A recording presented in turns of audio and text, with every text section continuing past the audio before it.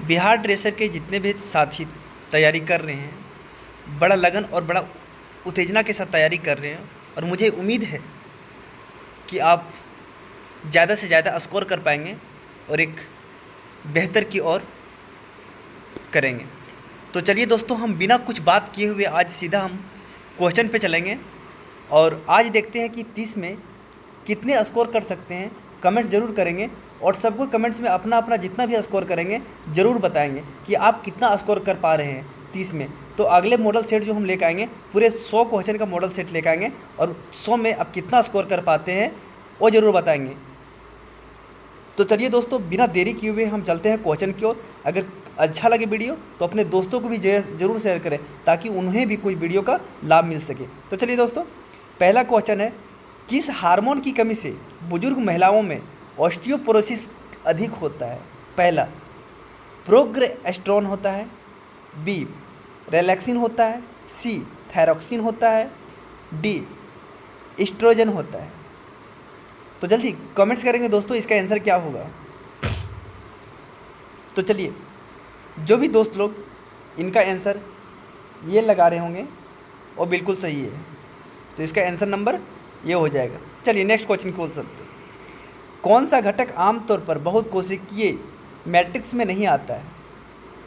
Option A collagen है, option B elastin है, option C ribosome है, ऑप्शन डी फाइब्रोनेक्टिन है। चलिए बताइए, जल्दी से बताइएगा दोस्तों। वीडियो को बिना लंबा किए हुए आप लोग जल्दी से जल्दी बताएंगे दोस्तों।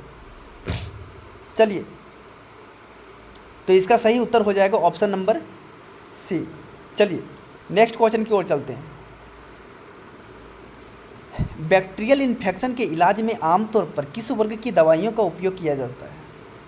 एंटी फंगल्स का, ऑप्शन नंबर बी एंटीबायोटिक्स का, ऑप्शन नंबर सी एंटीवायरल्स का, ऑप्शन नंबर सी एंटीपैरेटिक्स का।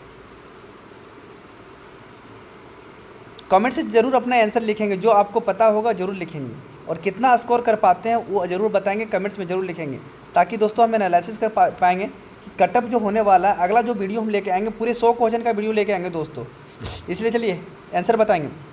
जो भी दोस्त एंटीबायोटिक्स मारे होंगे बिल्कुल सही है। चलिए नेक्स्ट क्वेश्चन की ओर चलते हैं। IV दवा का निम्नलिखित में से कौन सा लाभ है? आपातकालीन स्थिति में उपयोग किया जाता है, घोल की बड़ी मात्रा देने के लिए इसका उपयोग किया जाता है, दवा का तेज प्रतिक्रिया होता है इसके लिए। चलिए, तो इसका सही उत्तर हो जाएगा ऑप्शन नंबर डी सभी। क्योंकि अगर आपातकाल में कोई अगर पेशेंट आता है, IV फ्लूइड तभी हम देते हैं जैसे उसको अधिक मात्रा में फ्लूइड देना हो। जैसे आपातकाल का कहने का मतलब है, अगर कोई पेशेंट डायरिया पेशेंट आता है, डिहाइड्रेट होता है, उसको ज़्यादा से ज़्यादा हम लोग क्या दे सकते हैं? फ्लूइड दे सकते हैं। तो ज़्यादा से ज़्यादा फ्लूइड का कब देंगे? जब उसको IV लाइन हम लगाएंगे तभी दे सकते हैं। चलिए नेक्स्ट क्वेश्चन की ओर चलते हैं। कौन सा कथन माइटोकॉन्ड्रिया के 4 कार्यों का वर्णन करता है? ऑप्शन नंबर बी, वे प्रोटीन के विघटन में शामिल होते हैं, बी वे लिपिड संश्लेषण की प्राथमिक स्लाइड है, ऑप्शन नंबर सी वे कोशिका का आनुवांशिक सामग्री के लिए भंडारण इकाइयों के रूप में कार्य करते हैं, ऑप्शन नंबर डी वे कोशिकाओं के पावर हाउस है और कोशिकाओं के अधिकांश ATP का आपूर्ति उत्पन्न करते हैं। चलिए जल्दी बताएंगे दोस्तों। तो जो भी दोस्त को लगता होगा कि ऑप्शन नंबर डी सही है, वो बिल्कुल सही है। इसका ऑप्शन नंबर डी होगा। वे कोशिकाओं के पावर हाउस है और कोशिकाओं का अधिकांश ATP आपूर्ति उत्पन्न करते हैं। चलिए नेक्स्ट क्वेश्चन की ओर चलते हैं। बैक्टीरिया में दवा प्रतिरोध का आम कार्य निम्नलिखित में कौन सा है? दवा के अवशोषण में वृद्धि, दवा का एंजाइमेटिक में संरक्षण, सी में बढ़ी हुई प्रतीक्षा की प्रतिक्रिया, ऑप्शन नंबर डी बढ़ी हुई कोशिका भीति का प्रागमायिकता। तो इसका सही उत्तर हो जाएगा दोस्तों ऑप्शन नंबर बी, दवा का एंजाइमेटिक क्षरण। क्योंकि बैक्टीरिया में जो प्रतिरोध होता है, उस प्रतिरोध को आमतौर पर जो कार्य उसका होता है, जो भी हम लोग एंटीबायोटिक देते हैं, जो भी देते हैं, जैसे एमोक्सिसिलिन है, तो उसका क्या करता है? उस बैक्टीरियल इन्फेक्शन का क्या है? प्रतिरोध करता है। मायोफाइब्रोब्लास्ट की संरचना और कार्यात्मक इकाई क्या है?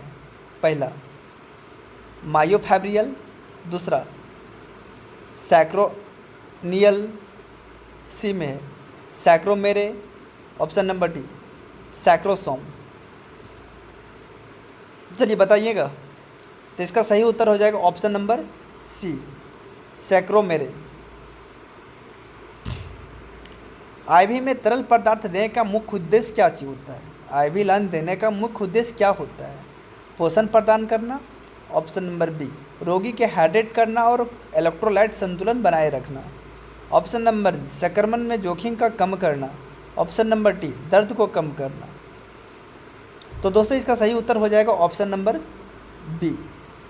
आईवी लाइन का उद्देश्य ये होता है कि रोगियों को हाइड्रेट करना और इलेक्ट्रोलाइट संतुलन बनाए रखना। चलिए नेक्स्ट क्वेश्चन को चलते हैं। जहर के प्रभाव को कम करने के लिए निम्नलिखित में जहर के प्रभाव को कम करने के लिए इस्तेमाल किए जाने वाले पदार्थ क्या है? एंटीटुसिविव है, एंटीडोट्स है, एंटी इन्फ्लामेटरी है, एनेस्थीसिया है, क्या है? जहर का क्या है प्रभाव को कम करने के लिए? इसका क्या है? ऑप्शन नंबर बी एंटीडोट्स है। चलिए नेक्स्ट क्वेश्चन की ओर चलते हैं। अधिकांश वृद्धि कारकों को किस प्रकार के अणु के रूप में वर्गीकृत किया जाता है? कार्बोहाइड्रेट के रूप में, लिपिड्स के रूप में, प्रोटीन के रूप में, न्यूक्लिक एसिड के रूप में। चलिए बताएंगे। इसका सही उत्तर हो जाएगा option number C protein. Next question की ओर चलते हैं। विटामिन डी की कमी से निम्नलिखित में कौन सी बीमारी हो सकती है? स्कर्वी हो सकती है, रिक्टेक्ट हो सकती है, बेरी हो सकता है, प्लेग्रा हो सकता है। तो जो भी साथी ऑप्शन नंबर बी मार रहे होंगे बिल्कुल सही मार रहे होंगे। चलिए नेक्स्ट क्वेश्चन की ओर चलते हैं। मनुष्य की सबसे छोटी मांसपेशी क्या चीज होता है? मास्टर होता है, स्टेपी हो सकता है, ग्लूटियस हो सकता है, सेटोरियस हो सकता है।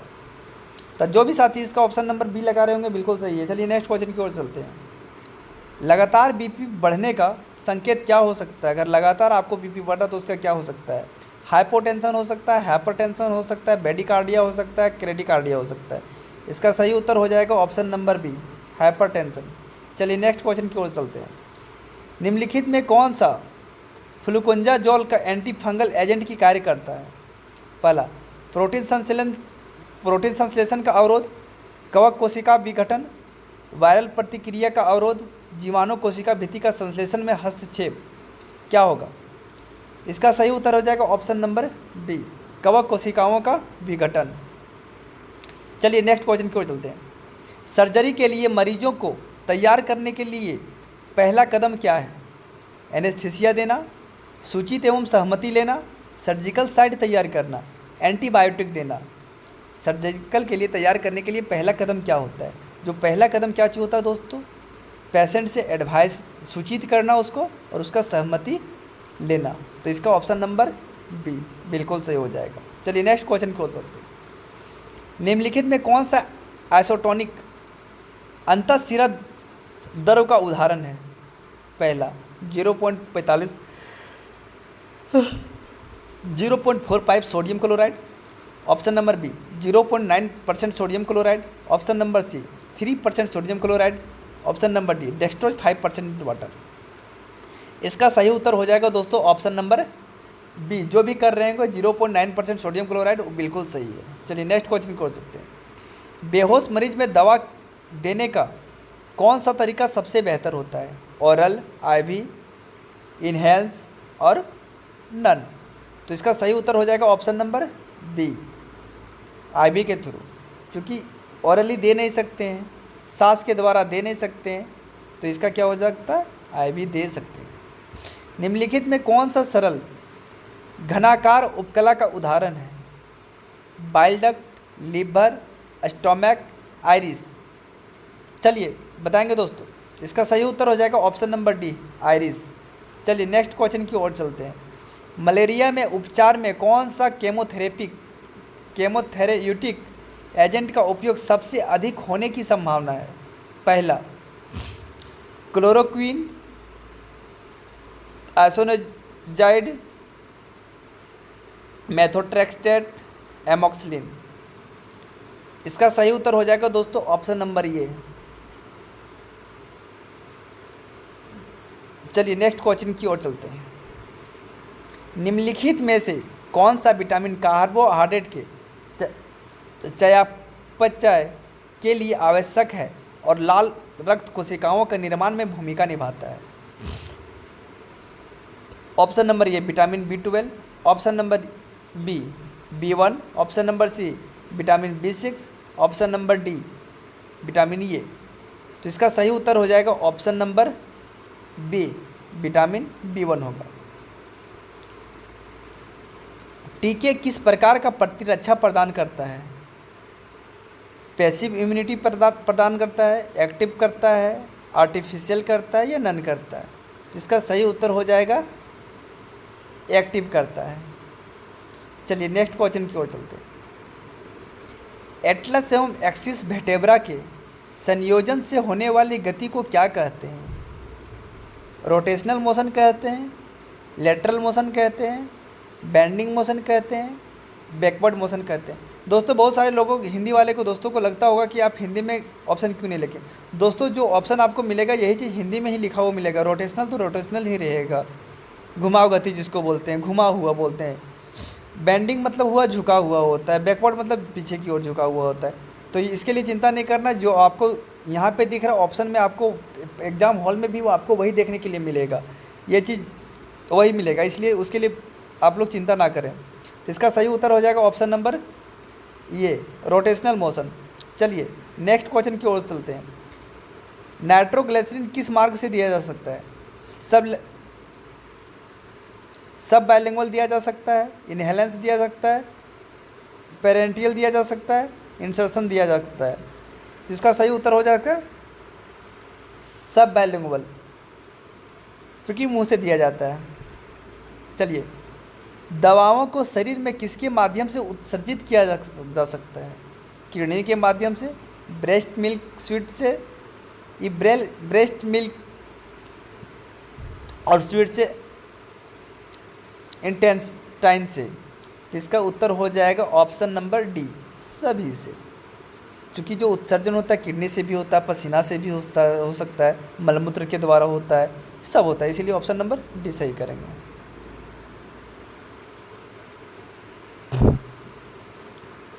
ओसेल्टामाइविर और एंटीवायरल एजेंट का प्राथमिक लक्ष्य क्या है? बैक्टीरियल राइबोसोम है, वायरल एंजाइम लाइक, चूँकि एक प्रकार का वायरस है ना, ये जिस तरह फंगल डिजीज होता है, फंगल वायरस होता है, ये होता है, फंगल सेल वाल होता है। Option number D DNA synthesis होता है। तो इसका सही उत्तर हो जाएगा option number B viral enzyme like, एक प्रकार का ही बीमारी है। ठीक है, चलिए नेक्स्ट क्वेश्चन की ओर चलते हैं। मनुष्य के अक्षीय कंकाल किससे बना है? ऑप्शन नंबर ए 80 हड्डियों से, 100 हड्डियों से, 103 हड्डियों से, 126 हड्डियों से। तो इसका सही उत्तर हो जाएगा ऑप्शन नंबर ए 80 हड्डियों से। नेक्स्ट क्वेश्चन, मानव शरीर में सबसे अधिक मात्रा में पाए जाने वाला प्रोटीन क्या है? कोलेजन है, इलास्टिन है, एल्बुमिन है, कैप्टिन है। इसका सही उत्तर हो जाएगा ऑप्शन नंबर ये। चलिए नेक्स्ट क्वेश्चन करेंगे। एंटीबायोटिक प्रतिरोध का संभावित परिणाम क्या है?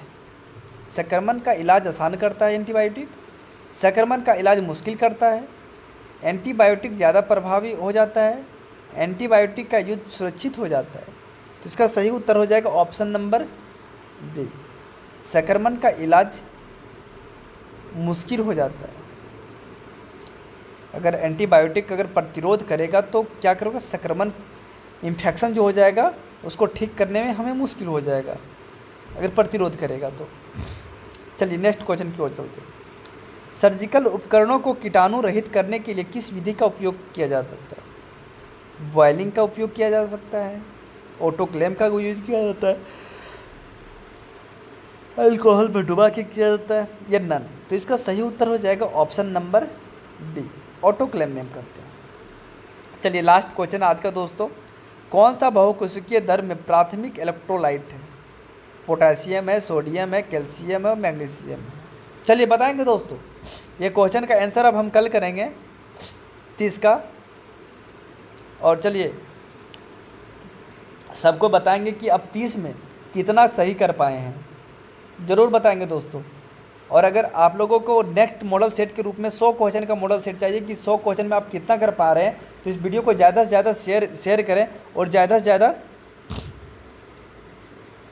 सब्सक्राइब करेंगे, है ना। चलिए थैंक यू दोस्तों, आज के लिए बाय।